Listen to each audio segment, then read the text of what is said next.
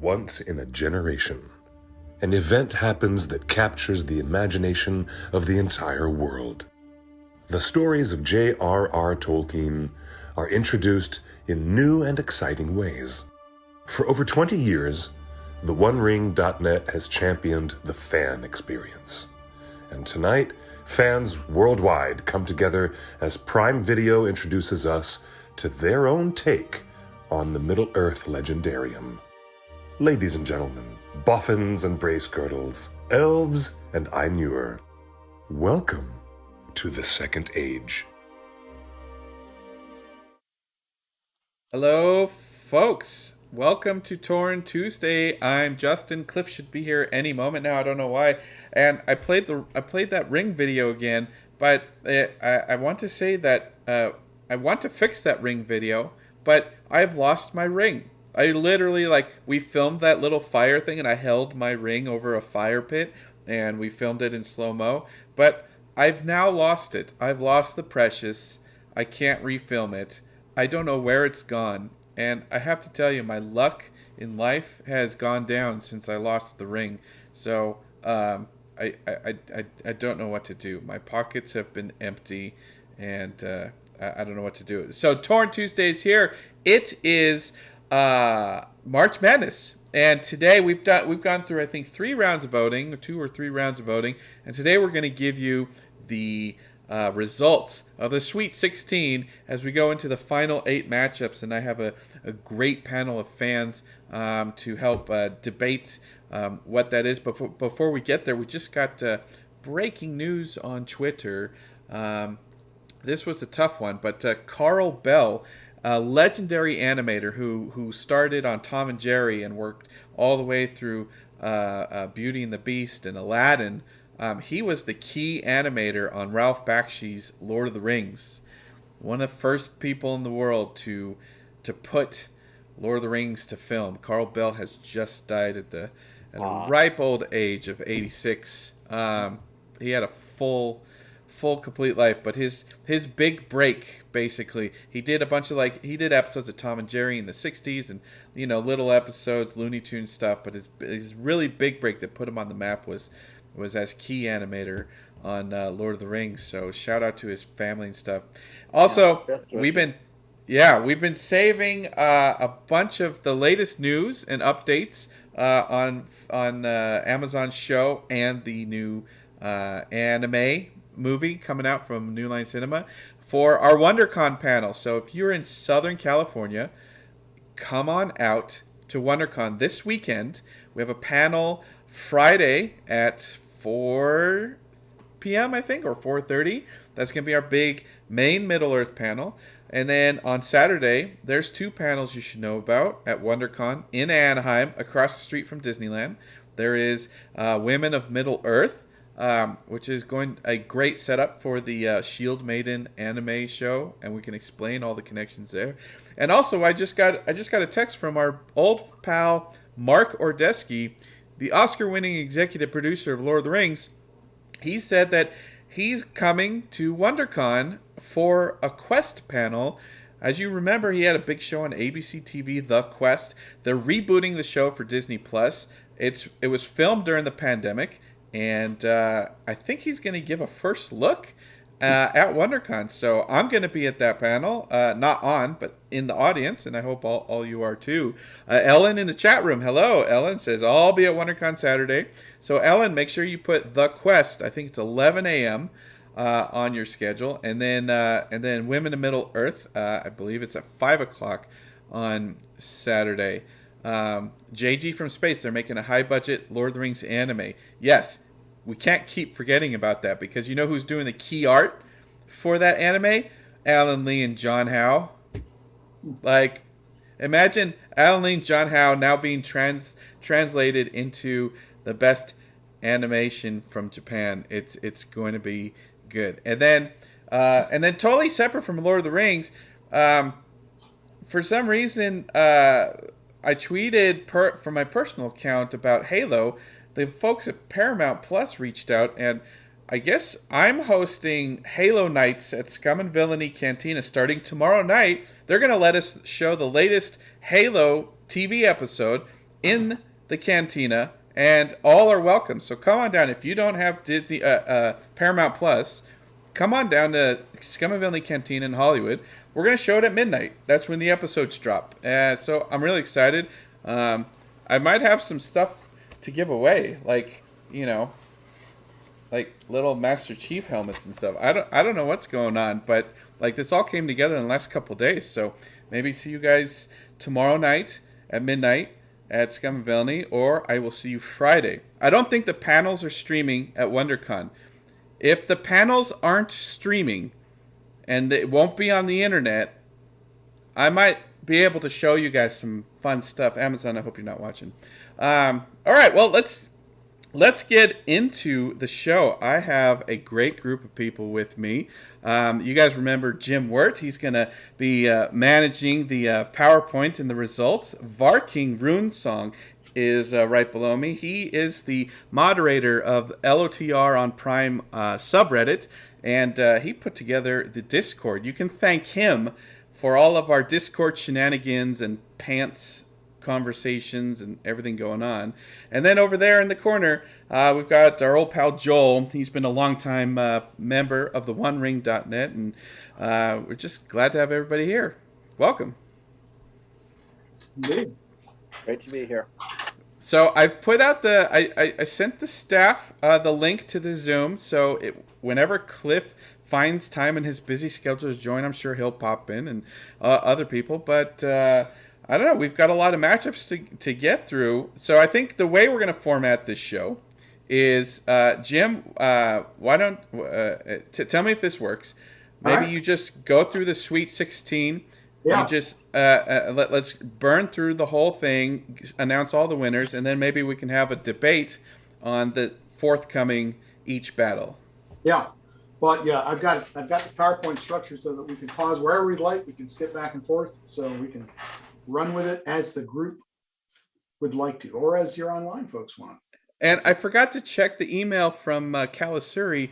I believe we got record number of votes on this last round. I mean, tens of thousands of you are voting in this thing. It is one of the most popular things the One Ring does any year, and this year the votes are coming in, maybe because voting is easier and we like the platform. So go to the OneRing.net, and then after the show, I think we might be launching the next round of voting after the show. So Jim, let's dive in.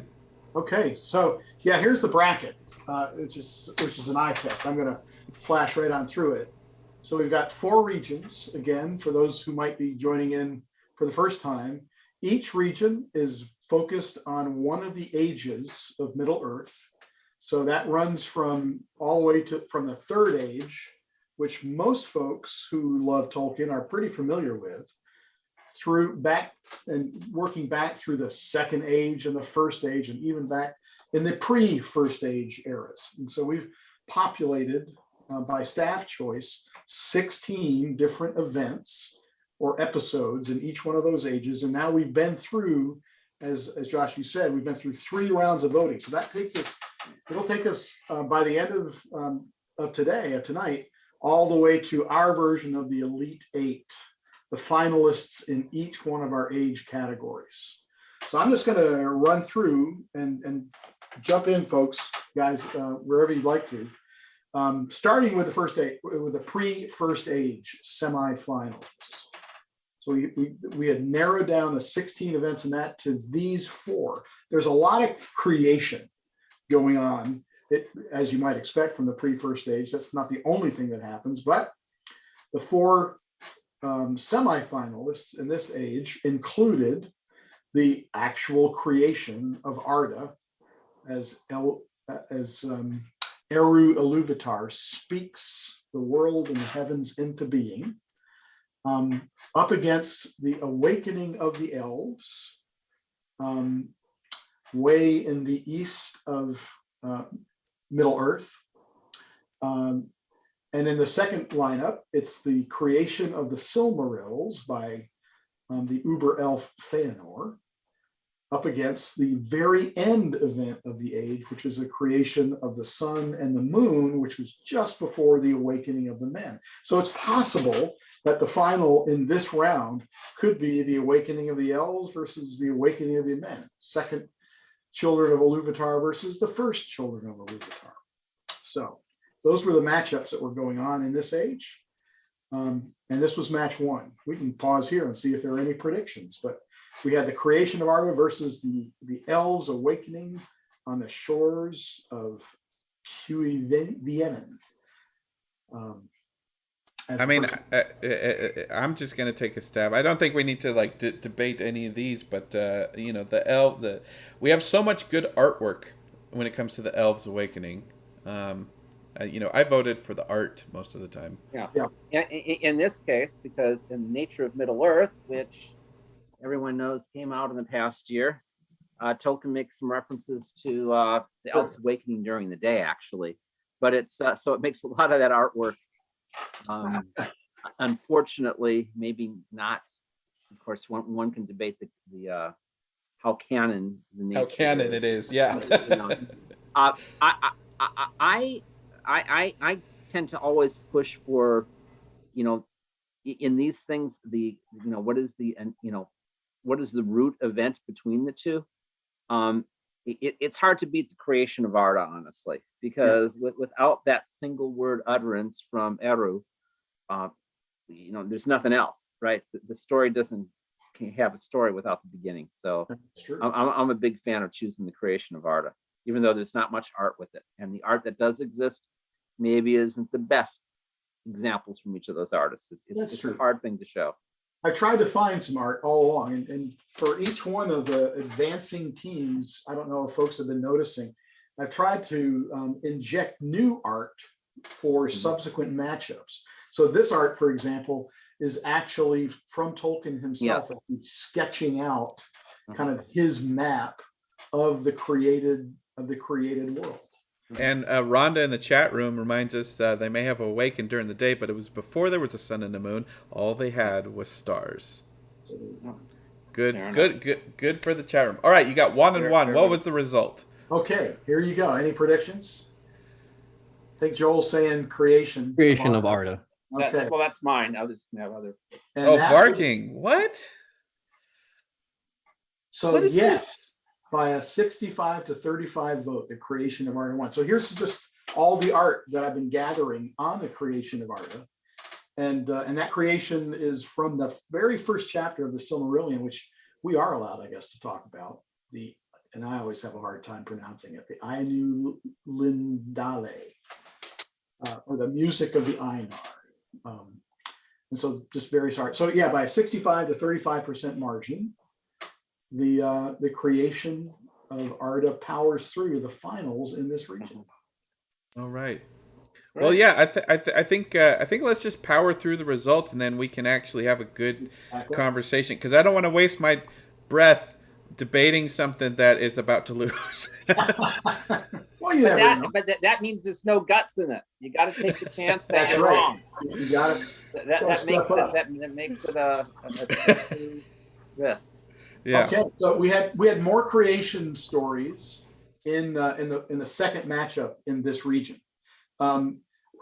Probably the strongest contender. We didn't seed each of the ages of Middle Earth this time. We just listed them in chronological order. If we had been doing seeding, most likely the creation of the Silmarils by Feanor, the son of Finwë, would have been at or near the top of the seedings. It is such an important event, and it's a very popular event because it really, but like the title of the Silmarillion would imply, it just has so many implications for all the history of the First Age, certainly, and we even see it in Galadriel's file, and as we talked about, last Learn Tuesday. Yeah, no, you're right. It is the triggering event in the whole history of Middle Earth. It is the prominent. I'm going to take a stab and say it should, in my mind, be the thing that wins it all. Okay. That's for the That'll voters be to interesting decide. because, yeah, we're heading to the final four, which will be, the voting that'll start tonight is going to take us from the Elite Eight to the final four. So, yeah, it'll be interesting to see who emerges from each one of our regions. So the creation of the Silmarils was up against another creation event. In this case, the very ending event of the pre-First Age, after the two trees have been destroyed. So it's no longer the years of the trees, but we need a new source of light. And so here we get the final flower of Telperion, the silver tree, and the final fruit of Laurelin, the golden tree, are what Yavanna and Aule use to create the sun and the moon. They get put onto their own vessels or ships, and that concludes the long night and the pre-First Age, and it introduces what's going to be our next region. So, all right, and so who won this? What was it? Overwhelming. What do you think? This was indeed overwhelming. Probably the largest margin. By a 72 to 28% vote, the Silmarils have exerted their dominance in this region. So again, lots of interesting art here. I really like this Chinese artist, Jian Guo's art. He does a lot of stained glass stuff with a lot of detail. Yeah. And that's his version of the Silmarils creation. It's the right answer, because ultimately the sun and moon are consolation prizes. They're made because the prior thing failed, even though one could argue that providing the light to the entire world as opposed to just Valinor is actually, at the end of the day, the better thing to exist. Yeah. That's an ethical discussion. That's true. When the elves arrived in Valinor, they actually knocked down a mountain range so they could get a little of that light of the trees over into Middle Earth. Yeah. But those events have been long fallen to these other competitors. So that sets this up. It sets up the finals for the pre-First Age will be the creation of Arda versus the creation of the Silmarils. Two tough challenges. Wow, that's a big one. That is a big one. I don't know how to vote on this. Varking, you got any insight which one's more powerful? Yeah, so I just want to take a step back for a minute here. I think Jim did a great job with the PowerPoints, and I think you guys did an excellent job going over the details of everything on the last week's stream and telling people about the backstory for everything. You said that it's record voting numbers, numbers you guys have never seen before. Has anybody checked the voting machines? Because I took a peek at this and I noticed not a single Dwarven piece of content is left standing. And I have a hard time believing that the classy fans out there that watch the Tuesday streams did not vote through. And Discord, 1,500 members strong. Everybody was told specifically vote Dwarf. Well, I did a write-up and I compared the Dwarves to the Big Ten and the actual NCAA conference. They just didn't. Strong loyalty, but just didn't have the power. Nobody trusts the Dwarves. Nobody trusts the Dwarves. No. This year, because of the pandemic, we had to close down the in-person voting locations, and it was all mail-in ballot. Yeah. So I know there was some controversy over that. Well, I hope Amazon is not listening to our results and goes all in on dwarves, all in.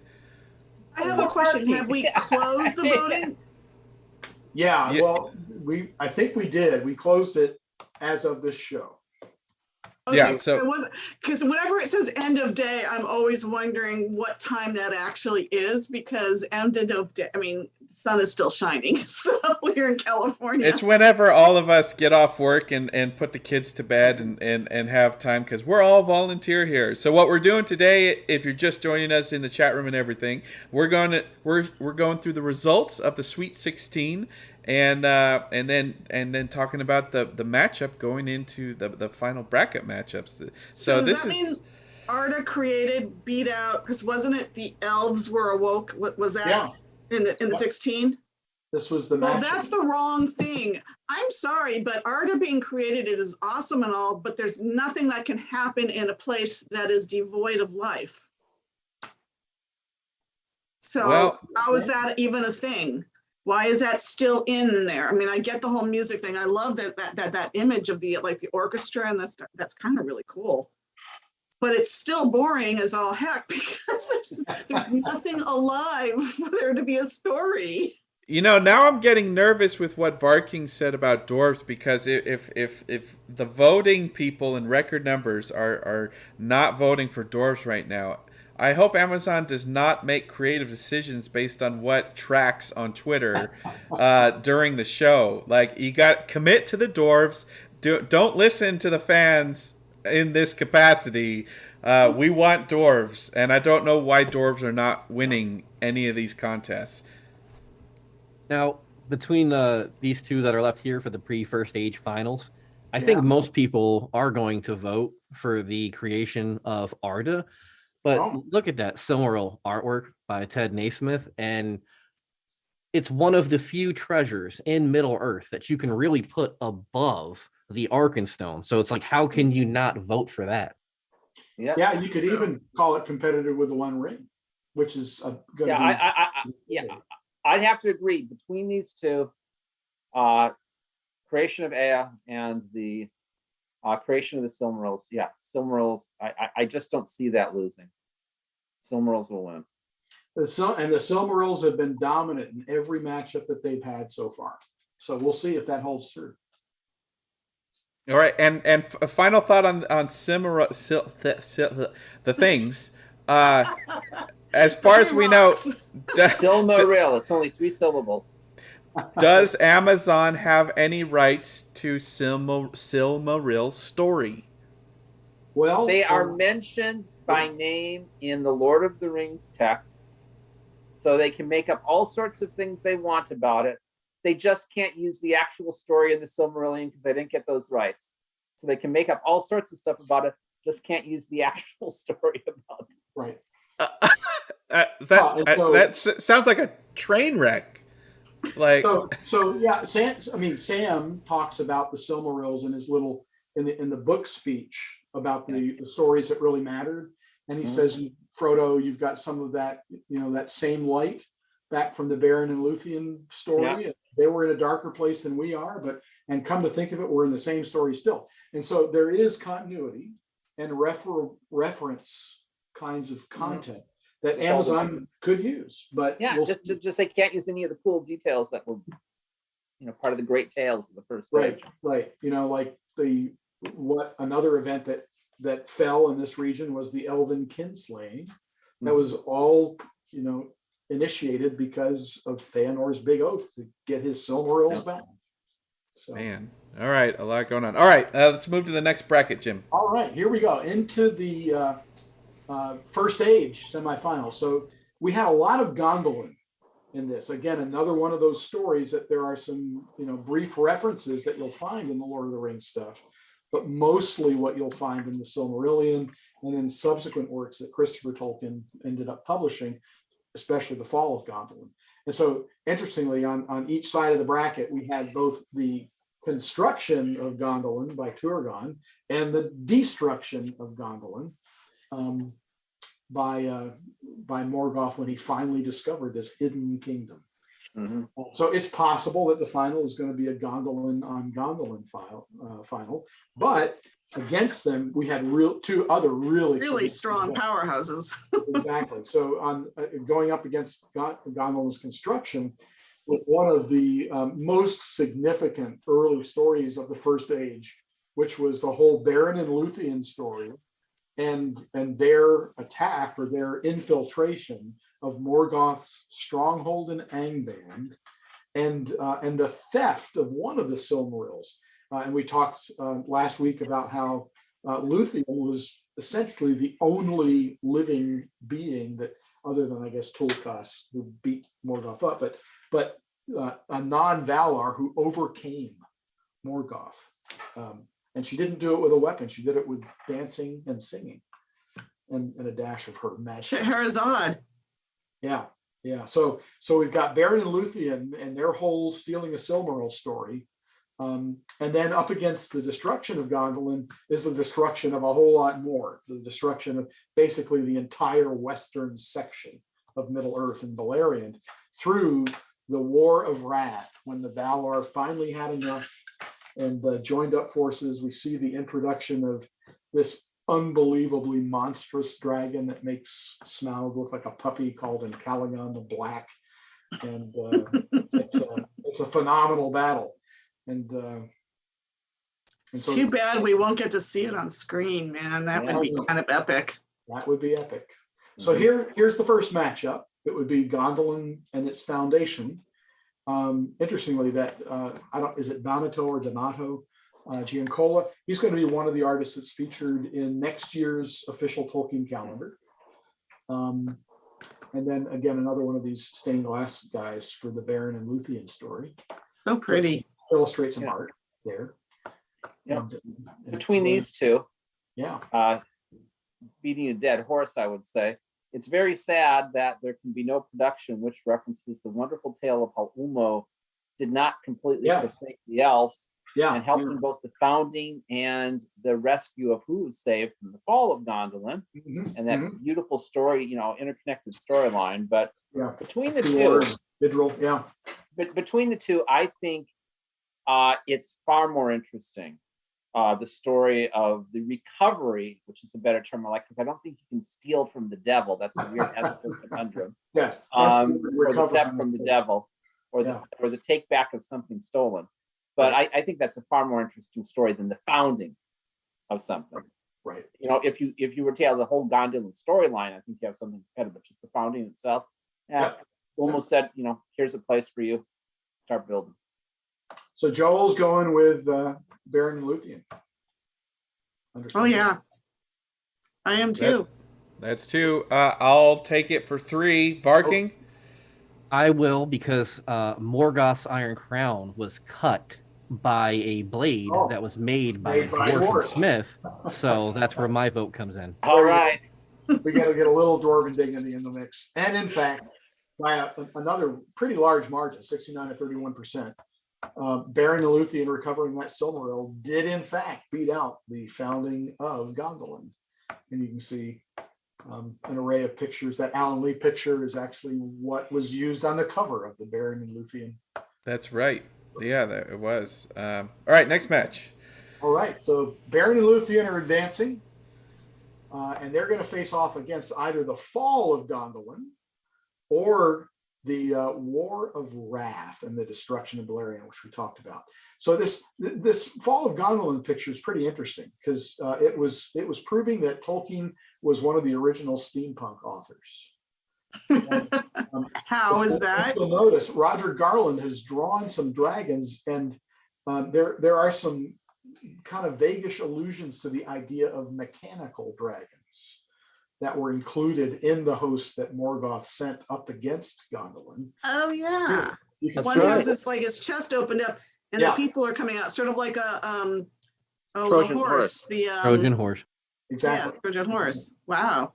Or a siege engine of some kind, but yeah. So Roger Garland ran with that idea and gave us some mechanical dragons as part of his siege of Gondolin. Cool. Versus the War of the Wrath. The rumors are that we might see glimpses of the War of Wrath in the prologue of the first episode of Amazon. So I'm all in on that. Yeah, we were trying to figure out whether that was War of Wrath or the War of the Flame, the Dagnar Sudden Flame. Sudden Flame. So we'll see. But there could be some stuff in there. Well, any predictions? Yeah, people love battles, so I think there's a good chance the War of Wrath won. Yeah. Having said that, I think the Fall of Gondolin is a superb story. Yeah. But I think whereas Tolkien really rushed the ending of the first stage. From Arundel's birth to the War of Wrath ending things. It's like blah, blah, blah, blah, hundreds of dozens of chapters and then blah, blah, blah, blah. So I was just going to say, how does the first stage, because I know that it's almost always a battle that ends an age, and whatever happens is what usually starts the next stage. So how does the first stage end? With this start of the Sun and the Moon. Yeah, and so we get no, not Sun and Moon. Sorry. Yeah, we've got Yeah. So it is the reshaping of the world. And Tolkien basically took a flat Earth and turned it into a globe or a round Earth. Okay, so this battle that destroys much of the land is sort of the ending of the First Age and the creation of a Numenor. new sets of lands kind of begins the... Yeah, Numenor started right at the end of the First Age, beginning of the Second. Yep. But the world going round was actually, I thought, the end of the Second Age, though. Oh yeah, you're right. That's the straight line stuff. Yeah, that's right. All right, well, let's find out who won the Sweet 16. Okay, here we go. This was a close vote. It was one of the closest matchups that we had. In fact, I had a backup page just in case. War of Wrath. But by 54 to 46, the War of Wrath overcame the fall of Gondolin and all of its interesting storylines around Gil-galad and Icthelion and Turgon. And all right. Well, so what does this mean for the final, the Elite Eight matchup? Here's the matchup that's coming. So Cliff Broadway has just joined us. Cliff, gut reaction. Who wins this round? Obviously, the War of Wrath getting that kind of a close shave is not a good indicator of what the future statistics will be. Let me not be the first person to prognosticate. Please, Jim, go right ahead and continue with setting up this dynamic duo right here, right that we have. So I mean, even as Joel was saying, what you've got in the Beren and Luthien story is a lot of romance, of pathos, of tragedy, of the matchups between the Hound of the Valar and the Wolf of Morgoth. You get an ultimate death. You get a resurrection that's going on. I like that whole Beren and Luthien thing. In addition to it laying on top of Tolkien's own romance with his wife Edith. So the War of Wrath is operating at a very grand scale. You've got the Valar who are actually engaged.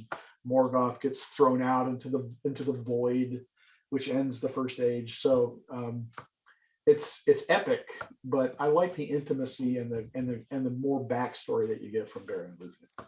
Varking, please tell me that the dwarves are involved in the War of Wrath somehow. They are. Go ahead and fill them in because they 100% are. Yeah. But I'll let you go and then I'll piggyback. No, you go ahead. But yeah, the War of Wrath was a combination of force. It was the Valar, men, elves, and dwarves. All of the various children of both Eru, Iluvatar, and Valle were all engaged against Morgoth. It was a real although the dwarves are children of Eru, he adopted them. He did adopt them. Yeah. He didn't destroy them. I'm going to assume, though, that the Ents were not part of it. The Ents were always kind of private. Yeah. I kind of got that vibe from them once, Merry and Pippin make their plea, that they had really sort of like, well, we're not on anyone's side because no one's on our side. Right. See, the War of Wrath is a downer. A lot of dwarves die, and that's not good. Where what it's going against, again, the Silmaril gets freed by a dwarven-made weapon, and it's part of one of the greatest love stories of all time. That's yay moment. So we've got to go with the Beren and Luthien steal a Silmaril. War of Wrath should get no votes.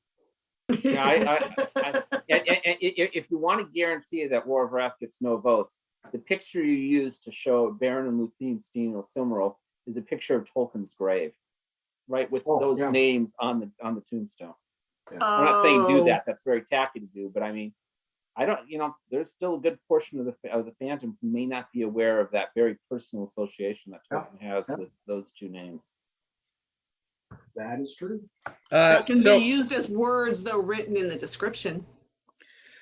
So this might be a matchup, and Beren and Luthien might do it, but I'm bringing it back to I care about the TV show. So the question is, you said the War of Wrath, all the races, all the children of Eru fight Morgoth. So the question is, let's cut for a very brief second about the Ents and Fangorn himself, possibly, Hold on. Let's talk about this for just a quick second. I'm looking Okay. up something that says from the Complete Guide to Middle Earth. And we all know that the Complete Guide to Middle Earth, I think that was Robert Foster who authored that. So about 90% of it is pretty solid, but not everything in that is solid. But here's a reference, quote, in the First Age, the Ents roamed through Beleriand and the Eastern lands, although they enter into history only once, when they destroyed the dwarves of Nogrod who had sacked Menegroth. But that's got nothing to do with the War of Wrath. But that was a moment when the Ents and the dwarves actually had it out for one another at that little moment in time. Right. Yes. So the guy, I was just gonna say, we talked about the War of Wrath and everyone's fighting Morgoth.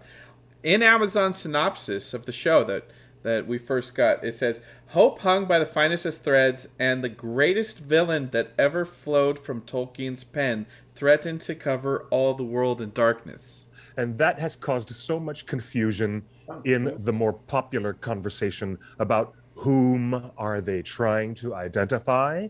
Well, to anybody who's deep into the Silmarillion and other pre-First Age, context and mythology of Tolkien's world building, anybody would lean their barometer needle all the way over to Morgoth/Melkor. But we're pretty sure, after taking a look at the other information we got from the Vanity Fair interview, they're not using the Silmarillion, so they must be referring to Morgoth's lieutenant, Sauron. Any rumors on Reddit or Fellowship of Fans on Varking? Have you heard anything of is Morgoth the great big bad? It can't be. He's put me on the spot. Isn't he kind go of ahead, in Kathy. chains and cast into the void? Or not yet? By the end of the age. At the end of the battle, he's cast into the void. Yep. I mean, the biggest rumor that we've heard coming out of some of these corners of the internet is the War of Wrath is glimpsed at in the trailer. But that's we will find out September 2nd. And I also know that some people have had access to additional information, which, it is very tough to query them because to give an answer, they'd have to violate an agreement. Yeah. So. All right, moving on. Next bracket. All right, now we're going to the Amazon age, the second age. And here are the four finalists, or the semifinalists for this bracket, are next to the last one. Lots of rings still here. So we've got Celebrimbor, who is a student of Anatar, who is either the big bad or the lieutenant of the big bad. He's making 16 rings of power. Did Celebrimbor make the Elven rings too, or is that other elves? No, Celebrimbor made them because that's why it says. Then we've got 19 rings of power going on. I think this is listed wrong because before it was that Celebrimbor made the Elven rings. Yeah, that's the way it was listed before. Well, we had 3 entries, and Celebrimbor making the rings of power has already defeated the making of the Elven rings in an earlier round in this bracket. Oh. So this is him making other rings, and now he's up against Sauron forging the One Ring itself, which is obviously one of the most iconic events in the whole of the Second Age, happening right near the middle of the Second Age. Well, then he makes 19 rings. Yeah, there are 19 rings other than the one ring that Sauron made in Secret War. Yeah. Celebrimbor made all the rings but the one. And this gets into an interesting side discussion, which is not probably appropriate for now, except to mention briefly that it kind of goes with Tolkien's view of evil cannot create, it can mock. Mm-hmm. That the initial creation of all the rings of power was Sauron kind of tricking, encouraging the creation by Celebrimbor of the rings of power. And then after that, Sauron creates his ring, almost like a follow-up copy, as it were, but with more power to it. And so I just have always found that little detail interesting, that again, evil is not the initiator of something. Right. The other thing that's going on here, Bronze to other you can see it in the pictures, is that Celebrimbor is making the rings of power not at Mount Doom, in Eregion somewhere. But the forging of the One Ring, as we know from the Lord of the Rings, is happening in the fires of Orodruin itself. And so all of the art that you tend to see will happen in the depths of Mount Doom. Cliff, is there any hint that Celebrimbor is a factory, like named after the man, and maybe Celebrimbor makes rings, kind of like Bear McCreary makes music, which is assigns different lieutenants to go do the work, and he gets the name credit. That's like Edison with his labs in the 19th century or something. So that's. Yeah, I can appreciate the Thomas Edison reference. The analog is great. Justin, I would not consider Celebrimbor alone or a monolith. I would imagine he had a couple of disciples, maybe a couple of acolytes, maybe, if that's not the right word. We could say Padawan learners. Maybe that's a better word. So maybe there were apprentices. Yeah, exactly. We know from the text of the Lord of the Rings that Saruman himself dabbled in the creation of other lesser rings. So everybody talking for all these decades about the major 19 rings of power, well, it's easy to let the imagination wander just a little bit because Tolkien left the wiggle room in there that there were lesser rings, and some probably not imbued with much magic or potency the way we understand the other rings of power, and none of them connected to Sauron.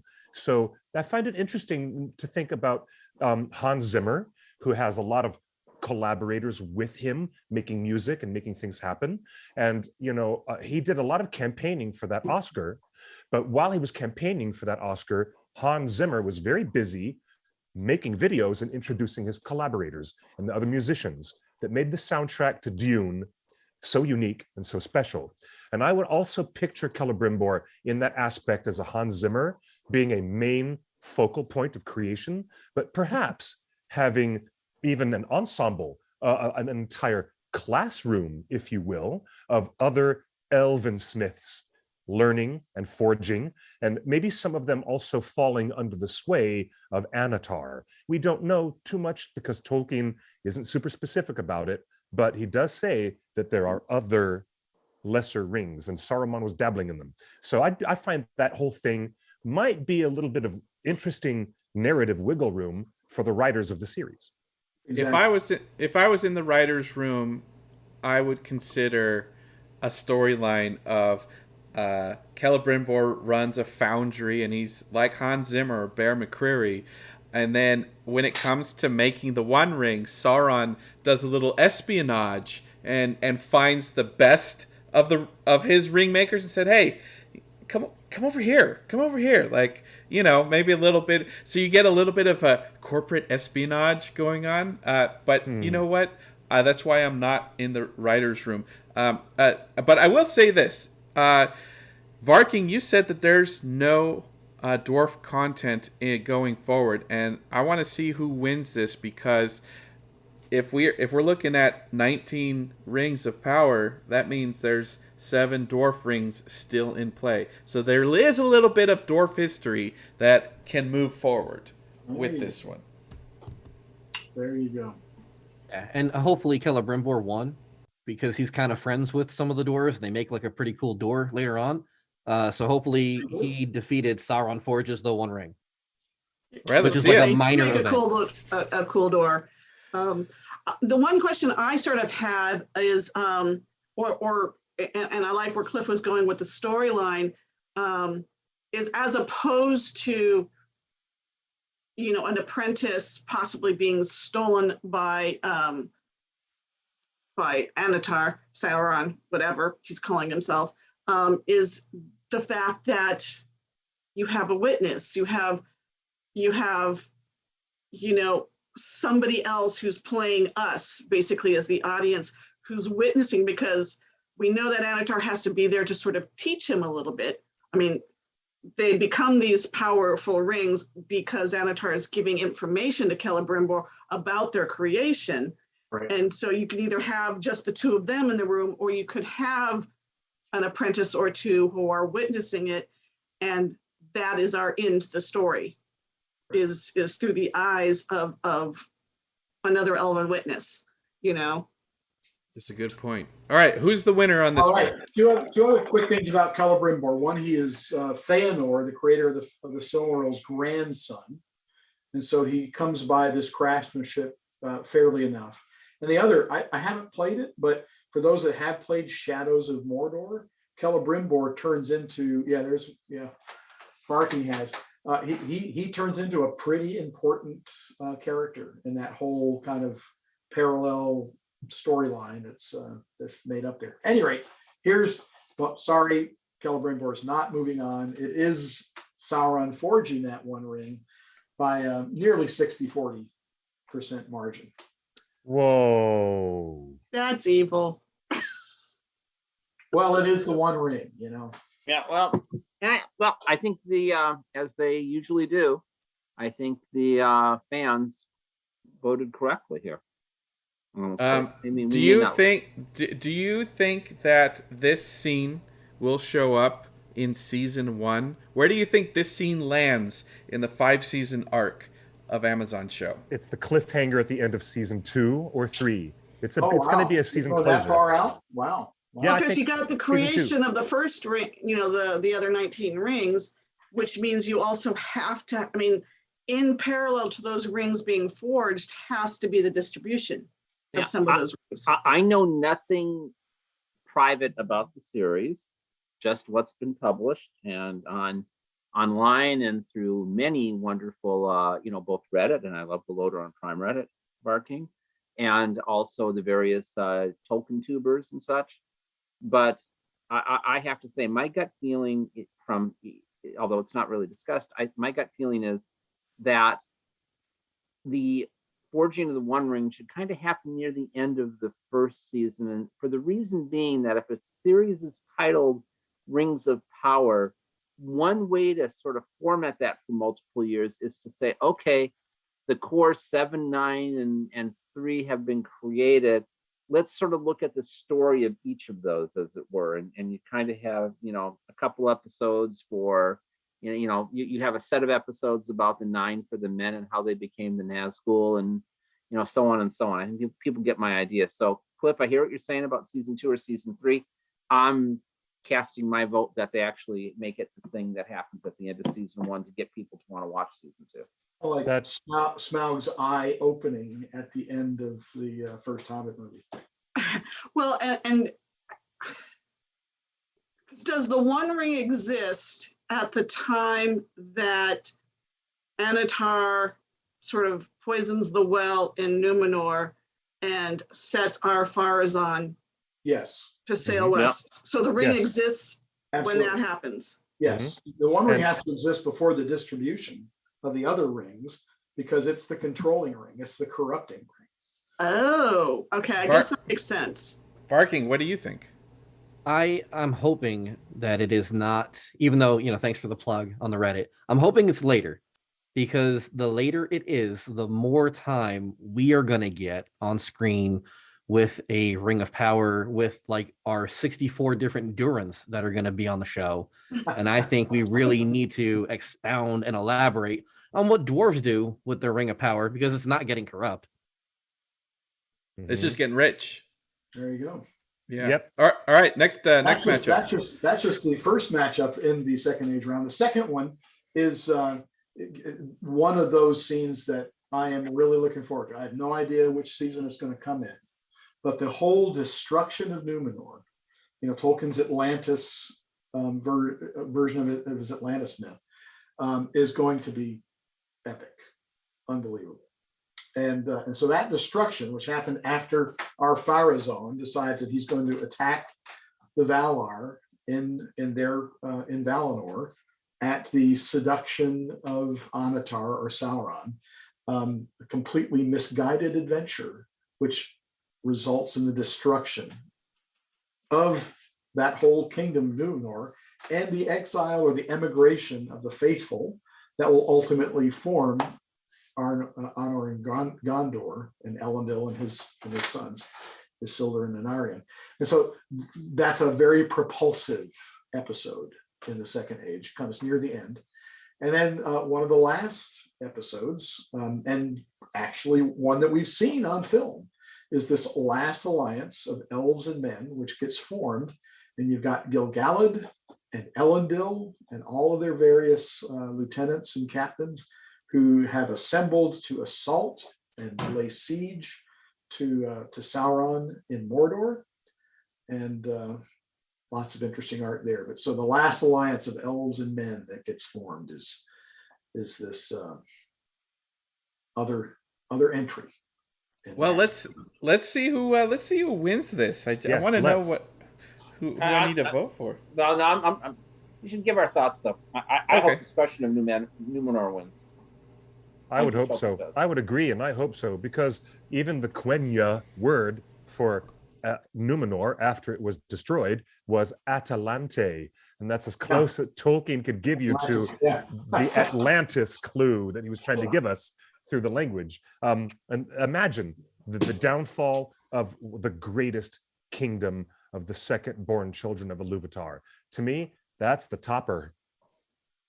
Maya in the chat room says the showrunners have said the first season is mostly set up of characters old and new, and then season 2 dives into the lore. These two events are going to be featured in the show. The earliest rumors we had was Destruction of Numenor could kick off the whole series in episode 1, because they did a lot of filming with some of the best aquatic stunt performers in the world, and you saw that in the trailer, in the photos. You saw a destroyed ship, a boat that and Galadriel's hanging on to a shard of hanging onto a raft, basically. So something big happens in the water in episode 1. Could that be the destruction of Numenor as a starting point? Depends on what they do with the timeline, because we could see jumping around. We don't know. Yeah, because I want to see Numenor. I mean, I want to see the destruction of Numenor, but I'd like to see Numenor before I saw the destruction of Numenor. And we did in the teaser trailer. The very opening was a pan up. Yeah, We saw one of the cities of Numenor and Min El Tarmar, the big mountain of Numenor, in the background. I would actually throw down the idea that the destruction of Numenor might be one of the biggest things to save for later seasons, because there is so much story that happens before then. Yeah. Well, and I want to go back real quick to the forging of the One Ring. Is that makes one heck of a swooping in on Mount Doom and into the volcanic, center, and a figure that we just see in silhouette, and just a hammering on a ring, fade to black, end of season. I see that as a really great, oh wow, we just saw it, and then realize we have to wait a whole season. So I love that as the very tag end, like a Marvel, final scene that you see after everything else is sort of like, whatever the season, however the season normally goes, that would make a great tag and hit for the next season. So Kathy's looking for a post-credit scene. I'm going for a post-credit scene. Yeah, absolutely. And it's still a secret, because if they're true to their word, they've also said that they're not going to tell you who Sauron is until the end. And so we kind of can't see somebody going, would you like this ring? I mean, I don't know how do they have somebody telling Celebrimbor how to make these rings if they don't reveal Sauron in the first season? So you're right. Maybe the rings don't even get made in the first season. I don't know how to reconcile those. I think those are really excellent points. Well, let's see what Sauron's Forging of the Ring is up against in the next round. Yeah. So the fans have spoken, and they've spoken differently than most of us, because it's the last alliance of elves and men by 61 to 39%. Oh my goodness! Because they're more familiar with it. Oh my gosh! We have seen it on film, and I guess that was the fan favorite. You've broken my heart, fans. I am sorry. Oh my gosh! Come on, guys. Another We knew awful Third Age result. was going to be the popular thing, so we can't be So, surprised. Setting up the It is true. There's I hate familiarity to say with the this. Last Alliance. Yeah, no. It's true. There's a familiarity with the Last Alliance, thanks to the Jackson adaptations. That is so dominant yet, because the series has not yet aired. That I think there's a good point that was made there. That that's gonna. Yeah, and coming from a production side, the fact that Last Alliance won here, and we all expressed our disappointment because most of you are hardcore nerds. I don't even read, but all I see is opportunity here. That we know that the sinking of Numenor is one of the most epic things in the history of all of Tolkien's writings, and the fact that it lost here means Amazon has almost a clean slate opportunity to impress the heck out of the entire world. You're right. You're right in saying that. That's interesting. I hadn't thought about that, Justin, because really we're talking about, remember when disaster movies used to be a big thing, and it was like, oh, look, what's the next Roland Emmerich disaster movie? In the spirit of Universal Studios' classic movie from the 70s, Earthquake, which you can still experience when you go to the studio and take the tour of the actual Universal backlot. I mean, look, they turned the Poseidon upside down. Okay, and then decades later, here comes James Cameron, and he sinks the Titanic. They made a movie, once upon a time, kids, called The Towering Inferno. Yeah. And strangely enough, these were big pop culture moments. Oh, yes, they were. With the design. I mean, even, believe it or not, Fred Astaire got his one and only Oscar nomination for Best Supporting Actor, not for all the dancing and choreography he did, but for The Towering Inferno for Best Supporting Actor. Believe it or don't. But so you're saying that Amazon has an opportunity to sink Numenor and kickstart a disaster genre in a fantasy realm. Maybe another genre trend of big time cataclysm. I mean, what was the last big one we had? Was it 2012? Was that the last big disaster movie we had was 2012? I did one with the moon. Oh, this recent one. Oh, Moonfall. Don't mention it. That was such an awful experience. I'm sorry. And the Rock remade Earthquake, and that was funny and hilarious at times. Particularly if you're familiar with California and San Francisco. And didn't Thanos throw a moon at Iron Man, and it was like the end of the world? I feel like there were 20 Marvel movies where the end of the world was nigh.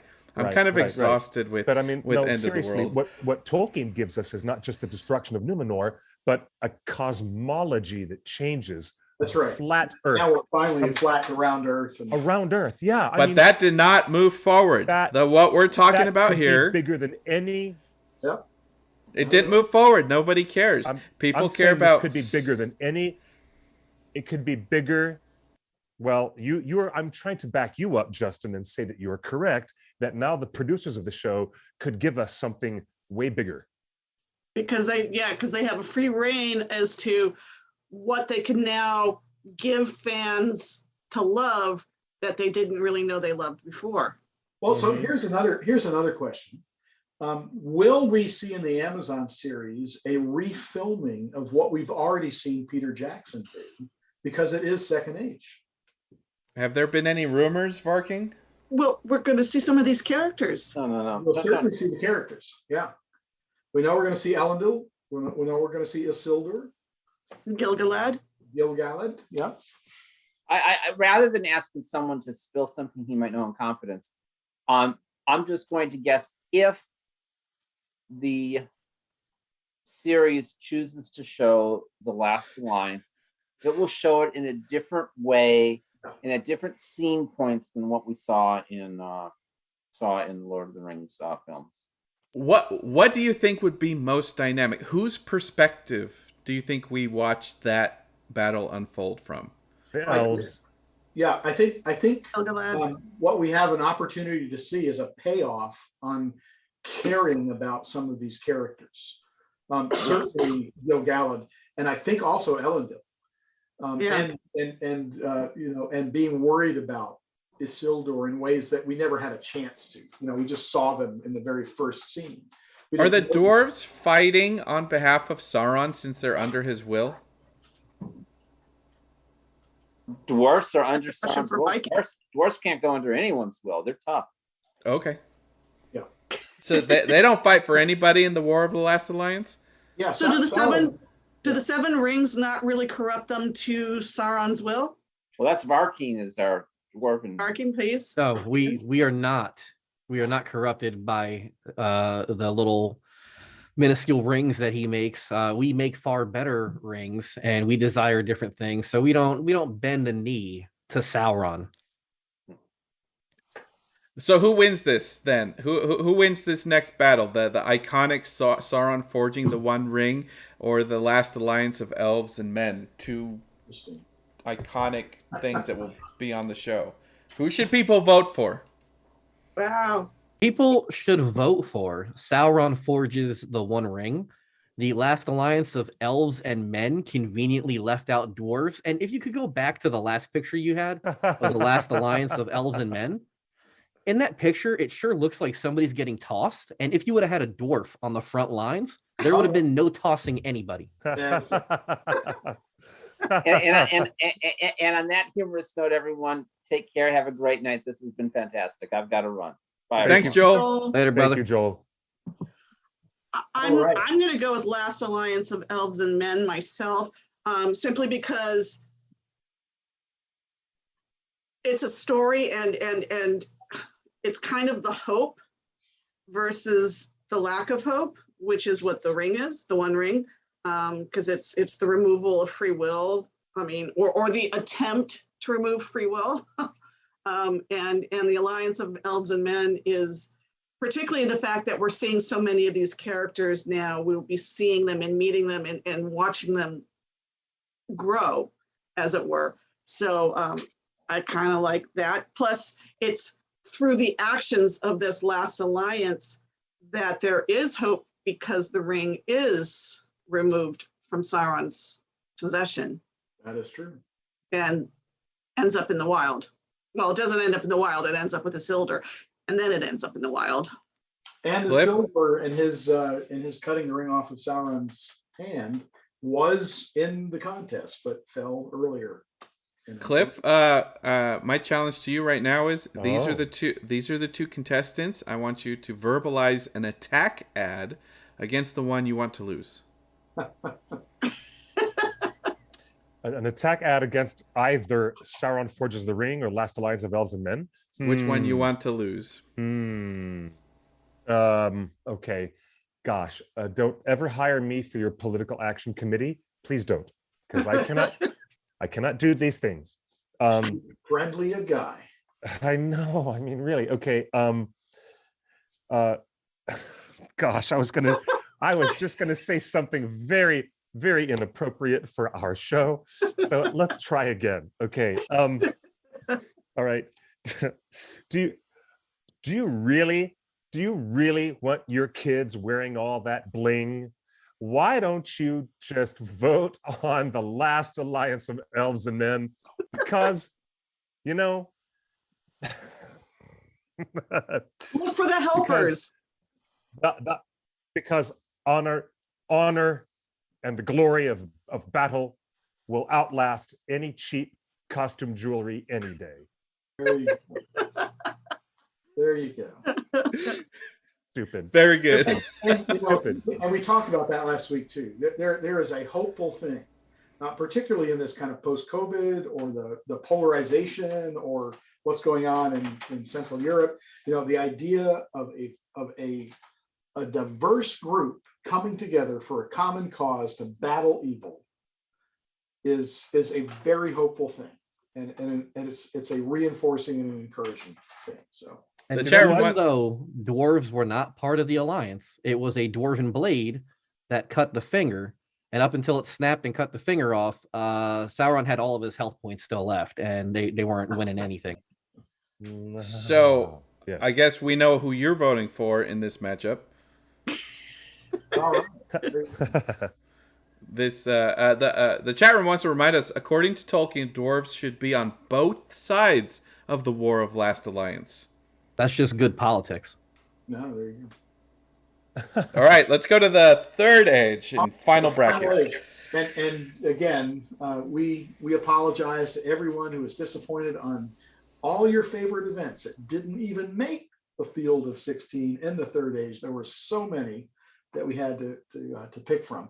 The final Indeed. four in the semifinals for the third age were these two. So we have the arrival of the Istari, the five wizards that happened kind of in the first third of the third age, going against the single remaining Hobbit rooted event, which is Bilbo finding the One Ring. And then the other half of the bracket, we have the formation of the Fellowship, similar to that Last Alliance sentiment, going up against the destruction of the One Ring, the iconic catastrophic event of the entire Lord of the Rings. So those are our two matchups. The first one being the Wizards. This is a Ted Nasmith. This was art that was used in one of the latest versions of the Unfinished Tales. And there are some rumors that we might see wizards in the second age if Amazon can have squeezed them in to their lore. And they might be blue, I wonder. They might be blue. So these are the Blue Wizards by Ted Nasmith. And then the green hand in Gordon Palmer's. Oh, so this is Bilbo finding the One Ring, not the One Ring being found by Deagle. No, this is Bilbo finding the One Ring. Is the idea. Yeah. I guess we're looking through Gollum's eyes, which are sort of luminescent in a kind of a greenish light. I don't know. Did you guys like Peter Jackson's portrayal in the Hobbit movies of that find? We got two different versions of it. I kind of liked it. I mean, I in particular, I loved the riddle, riddles in the dark. Cliff? Yeah, I think the very best thing about An Unexpected Journey was the riddles in the dark sequences. But you know how often I heard people clamor and say, maybe there'll be a retcon. Whoops, Nope. he froze. I think he froze. Me? Yeah. Oh, you're back. I'm back. You know what? I'm getting warnings that says my internet connection is unstable, and I've never had that warning before. But you know, I'm glad that I don't hear people arguing anymore about whether the footage of Ian Holm should be removed. Drop in a clip of Martin Freeman in Fellowship, just in case they come out with a unicorn edition, you know, or whatever they're going to call that in the future. Don't do that. Yeah, but yeah, I'm glad we're not talking about that anymore. Yeah, the Narnia expert in the chat room agrees with you there. Well, let's just find out who goes to the next round. In some ways, the Wizards entering were kind of a late entry. It would have been a lower seed. So the fact that they've lasted this long is a strong indicator of how much people like our Wizards. However, yes, it's Bilbo finding the One Ring by 58 to 42% margin that is going to advance into the finals in this region. And there you see Alan Lee's picture of that Gollum and I added this latest picture is from a good, dear, and now passed on into the West friend, Jeff Murray, who was here in Atlanta, a fixture at Dragon Con. So I wanted to include some of his art. This is his. Oh, that's great. Yes. That's great. Yeah. And this core block, I just love this. This is so Eastern European, it seems. Am I correct? That was one of the official Tolkien calendars one year, was just a core block one. It's very odd. It's not Understatement. Yeah, but that was a core block version of Bilbo Finding. Indeed. So that gets us to our second matchup, the last matchup here for the round of 16, leading us to the Elite Eight, which is the formation of the Fellowship. So we talked about Ralph Bakshi earlier in the cast. Justin, you were mentioning. So this is some Ralph Bakshi related art, the formation of his Fellowship, and then the One Ring being destroyed. Well, only one of these has a dwarf in it, so I think we know where we should vote, correct? Yeah, but it's really difficult because you're talking about one of the most epic and iconic moments in book or movie history of all time, period, with the One Ring being destroyed. I don't know. I'll let the people tell me which way to vote, and then I'm probably still going to vote for the formation because it had a dwarf in it. Anyone else? Anyone else want to take a stab? Who wins this right now?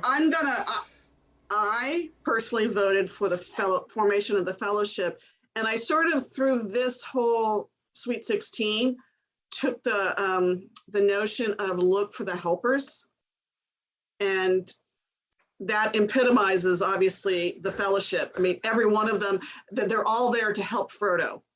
So, you know, and I guess in a time when we're at war and or have pandemic issues and stuff like that, it's always look for the helpers. So, you know, you just extend that to the Fellowship, and so that's where my heart is. Of course, the destruction of the ring is like. Who'd you vote for, Cliff? I also voted for the formation of the Fellowship, and it's interesting because there's nothing that inspires more people. I know that in the timeline of the secondary world, the history of the ring is actually over when the ring is destroyed, and I know the impact and the ultimate importance of that. But you know, when you're looking at people voting for something that gives them more hopefulness, they didn't vote for the downfall of Numenor. They voted for the Last Alliance because perhaps it has that connotation of what Tolkien really gives people as a blessing, as a grace that Professor Tolkien gives to people generation after generation, is an idea of hope in unlikely places. So that's why I voted for the formation of the Fellowship. But I know statistically it's not going to win. Well, let's see. We'll see. Well, and against that point, the Tolkien also, one of his characteristics of fantasy is the idea of the happy ending, especially the eucatastrophe, the good catastrophe. Yes. Of which this destruction of the ring is the best, is a superb example, because right when it looks like everything is going to fail, we don't even get eagles this time, and yet we have this array of events, starting with Bilbo's pity in not killing Gollum in the first place, that has finally bears the dividends of this accidental, providential destruction, this almost despite everything that's happened up to this point. And then you get Gollum falling into the cracks of doom. And the fans kind of like that idea. By a Spoilers. Spoilers. Yeah, spoilers. Yeah. The ring gets destroyed, finally. Yeah. You get some great art there. And that sets us up. That's awesome. Yeah, that sets up finding the ring and destroying the ring. Wow. Yeah. I don't know how to vote for this. So can someone sell me on their platform? Because I am middle of the road agnostic on this one. Well, the story stalls with Gollum. He's got the ring and he's hidden himself in the mountains and is less. He's made it so that the ring is invisible. I mean, Sauron can't find it. I mean, obviously it was at the bottom of a river for 2,000 years, but and the ring sort of wants to go back home, and so it needs somebody, and obviously Bilbo becomes that somebody. So Bilbo sort of kickstarts what could have been this constant threat out there in the wild. So you know what? I think, Kathy, you're really onto something, because I mean, I know that it's a story that is written the way it's written because Professor Tolkien had to make a more solid connection to the Riddle Game chapter in the second edition of The Hobbit after The Lord of the Rings came out. Of course, we all know about that. But think about that ring being lost forever. What if it had never, I mean, it could have just been like Saruman suggested in the scene in the movie. It could have been washed away with the currents of the mighty river Anduin. What if the ring really were just gone forever? That's an interesting concept to me, and I've thought about that. It is the moment of Bilbo finding the ring that changes that stasis and changes everything. And then the dynamism of storytelling begins all over again with the ring. So I would lean into that, actually. I would. Yeah. Bilbo finding the ring actually makes the ultimate destruction of Sauron possible. Yes. Yes. And the return of Yes. the king possible. Right. Yes. I mean, you have all these other storylines. So you have this forever lineage of the Denethor and all that who came before them, because the line of the kings has been scattered, and so you have everything is on hold. You know, whether it's the Numenorian line, or where's the ring, and Sauron out there in a disembodied eyeball. All right. Well, do we have do we have an Elite 8 graphic? I didn't do a graphic for the Elite 8, but I can scroll quickly back through. And by the way, I will probably vote for the destruction, mostly because in this picture, my man Sam is in it. So if Varking is all about the dwarves, I'm all about my man Sam. You can't destroy the ring. Yeah. I Just think saying. people should vote for Bilbo finds the One Ring, because whether you're reading the book or watching the films, when he finds the One Ring, you know there is still so much Tolkien ahead of you for you to enjoy and take in and experience for the first time. When the ring gets destroyed, it's almost like this little bit of panic in your chest, like, oh my God, we're getting towards the end, and I'm going to have to find something else to do with my time now. Oh God, I'm going to have to read the Silmarillion now. Right. Right. You can start over again. So these are the final two of the Elite 8 in the Third Age. We'll back up to the Second Age. So there's our finals for the Second Age. Sauron forging that ring versus the last alliance of elves and men to take it away from him. Wow. Well, hold on. That Sauron.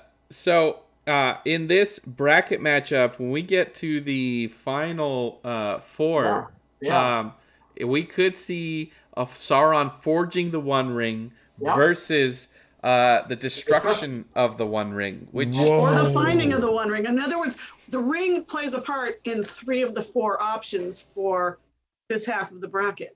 Yeah. So is there some competitive voting that we need to do? Cliff, what do you think? Like, do we need to get Sauron forging the One Ring off of the map, or because that's gonna be a tough one. I think this is gonna be the key moment of Peter Jackson's all of his films. The key moment, the biggest moment of all of Peter's films versus the key moment of Amazon's TV show. I'm rooting for Bilbo finds the ring and the Last Alliance.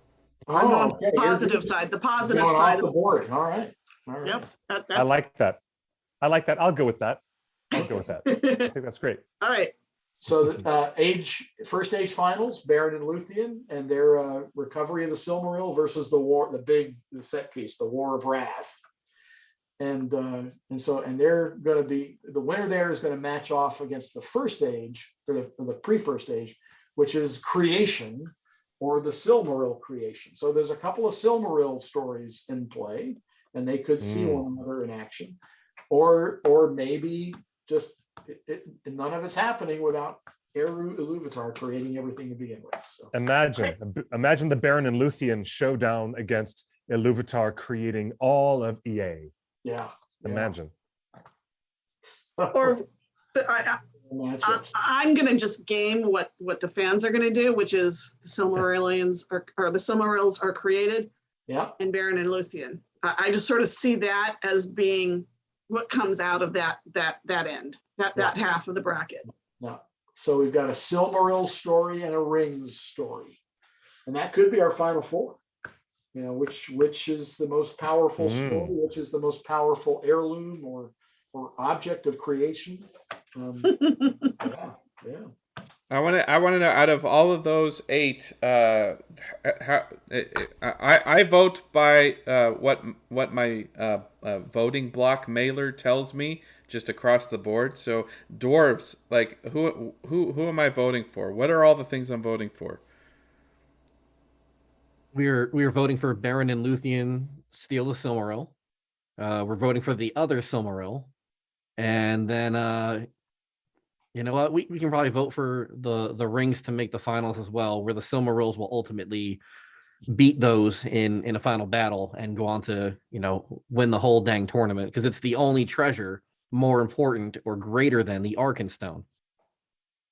Well, and to further that, the romance of Beren and Luthien, I think, is probably the only thing that could topple the creation or the falling of the ring. Let me can I try to sway some votes? Sure. I ordered this online not too long ago, and it's got 3 books in it, including Beren and Luthien. But I also already own a copy of Beren and Luthien. So if Beren and Luthien make the finals, how about on one of the Torn Tuesdays we give one away? Nice idea. That's a great idea. Buying votes. You are buying votes, sir.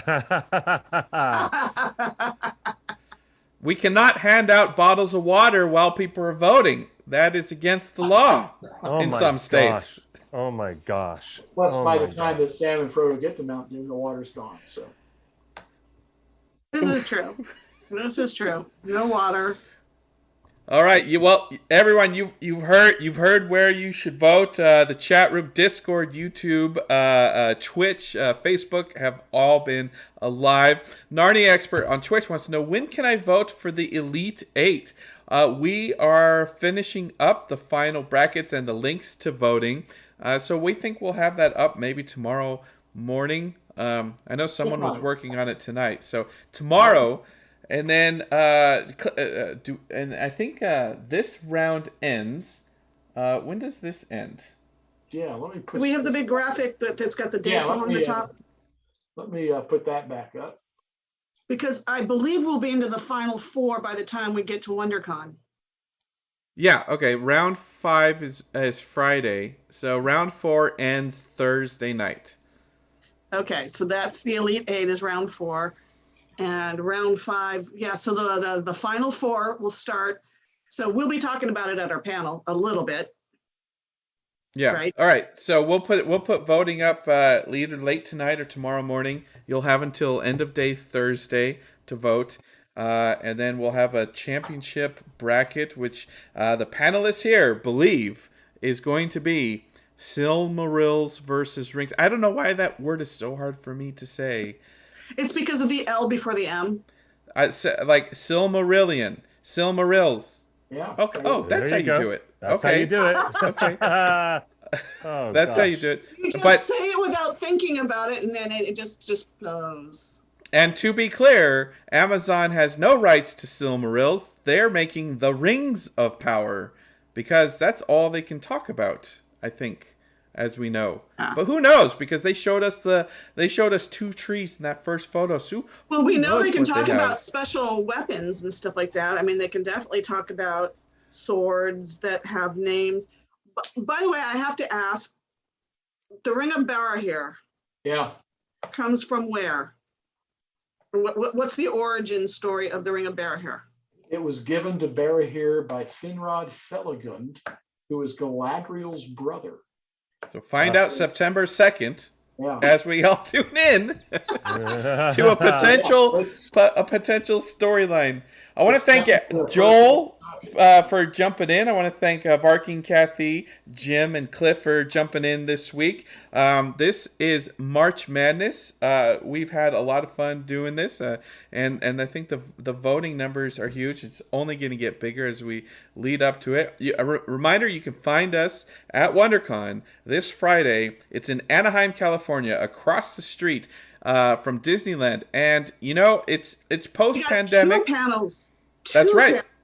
One on Friday and one on Saturday, and the Quest with Mark Ordesky is on Saturday as well. So Friday and Saturday afternoon, Saturday are the big day. Tickets are still available at WonderCon. It's post-pandemic, so I think pricing is a little affordable now. We don't know how many people are going to show up. So a lot of people are still nervous about going out to events, but I don't know. I checked Twitter and all these concerts, and Lollapalooza has all these people. So I don't know how big the crowds are going to be, but tickets are still available. You can get them We have anywhere. a fairly big room too for our Friday night panel is in one of the rooms that some of the big panels are in. So I think we have one of the big rooms for that because that's our kind of our overview. I mean, Yeah. our And- overview panel. And if we walk into these big rooms and there's no cameras present and it's not going to be streaming, I'm not going to make any promises, but I'm not going to. I don't know. We don't know how many of the lost seeing stones are out there and who might be watching us right now. I just want to say, come to WonderCon. And I know people in chat room are like, we never get updates of like what happened at the conventions. Well, there's a reason.